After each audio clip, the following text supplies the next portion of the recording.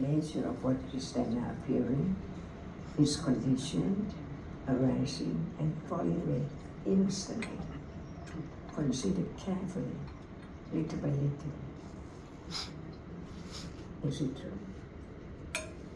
And that is the understanding of the truth by oneself, by hearing, considering, not just passed to other object, other matter, but even seeing right now, if it's not known.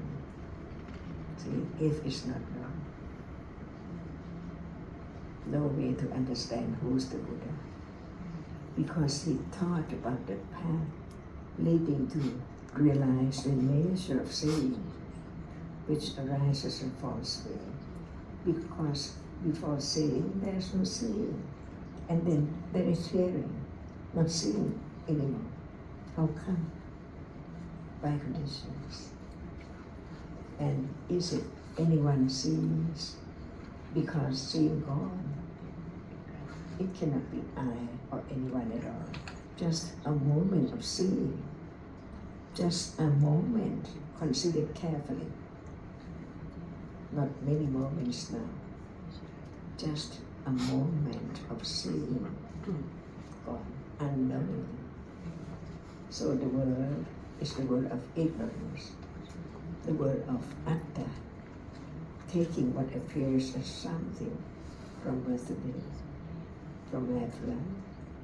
So understanding the truth of each word of the teachings of the Buddha, to understand the great wisdom, great virtues, great kindness,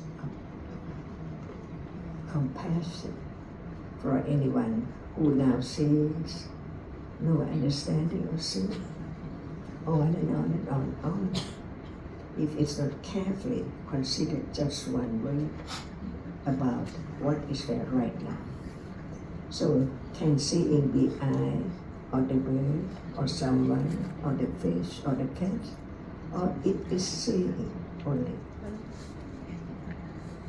what is true. Seeing is conditioned to arise to see. That's why we use the word seeing. No one, not I, or anyone. Seeing is a reality. Why is a reality? Is that right now? Can anyone say that there's no seeing?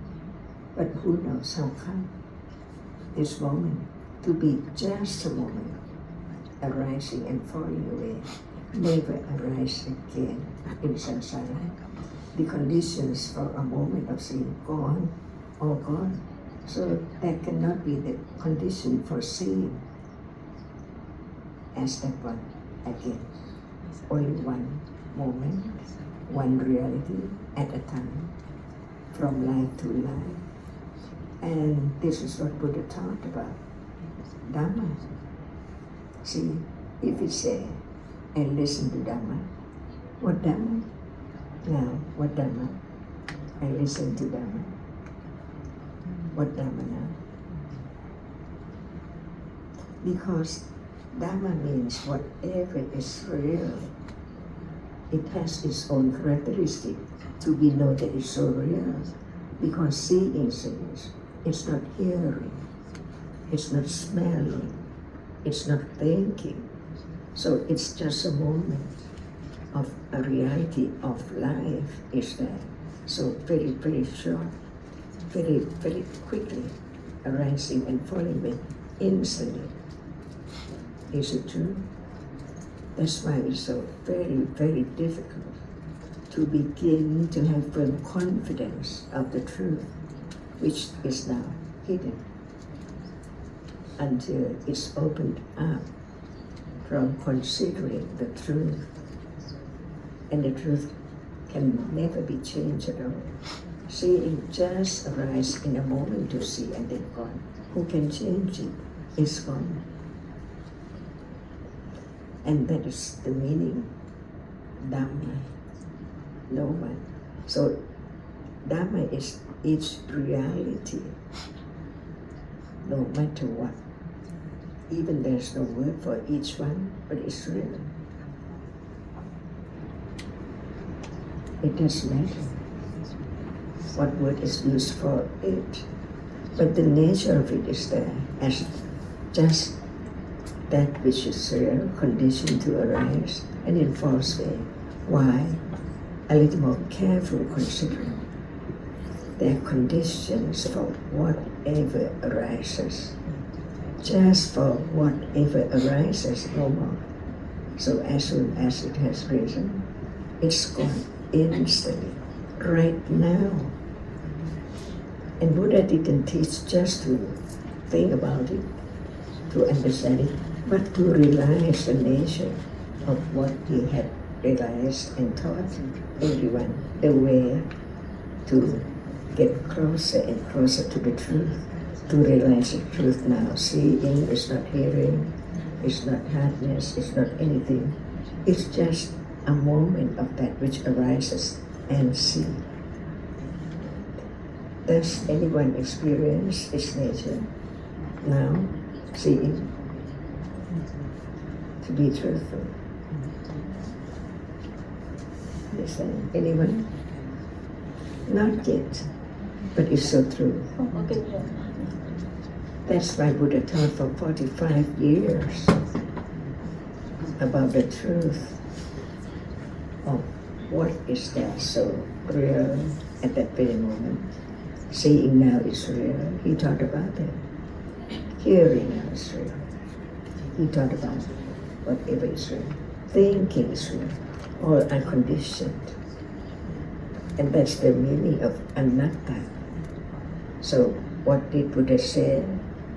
All dhammas are anatta. No matter what we heard from now and on, just lead to the understanding of all dhammas are anatta. To the moment of realizing all dhamma at that very moment of enlightenment, arising and falling away. Before the world of atta, something that can be revealed that actually is the world of anatta, even right now. Otherwise, who's the Buddha? If no realization, no enlightened truth, which is hidden even right now. And this is the beginning to understand the subtlety of no matter what is there. Even what is seen is so subtle. It's not as it appears. Because close your eyes. Oh God, how come? And just open your eyes. Everything is there. How come? Instantly.